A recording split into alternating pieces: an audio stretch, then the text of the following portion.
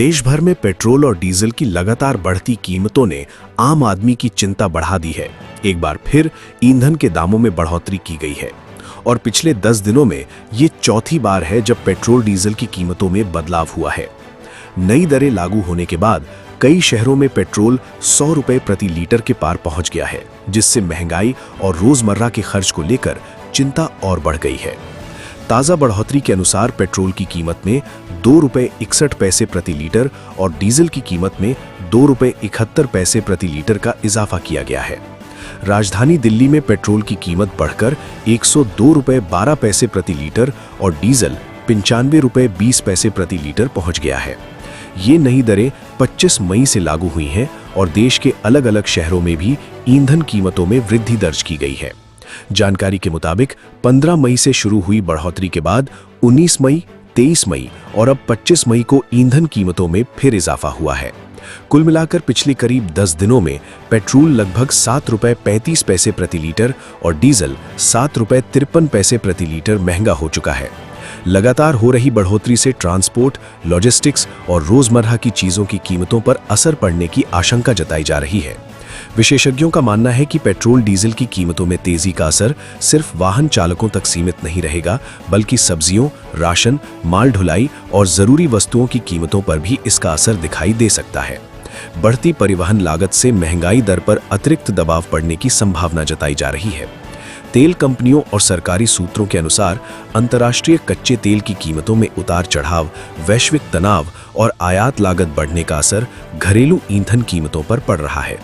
हालांकि आम लोगों की नजर अब इस बात पर टिकी है कि आने वाले दिनों में राहत मिलेगी या कीमतों में और इजाफा होगा। पेट्रोल 4-5 दिन से डेली बढ़ रहा है। 600-700 रुपए की ड्यूटी करते हैं, 102 रुपए लीटर पेट्रोल है। रोज की चल के आते हैं कम से कम 40 किलोमीटर।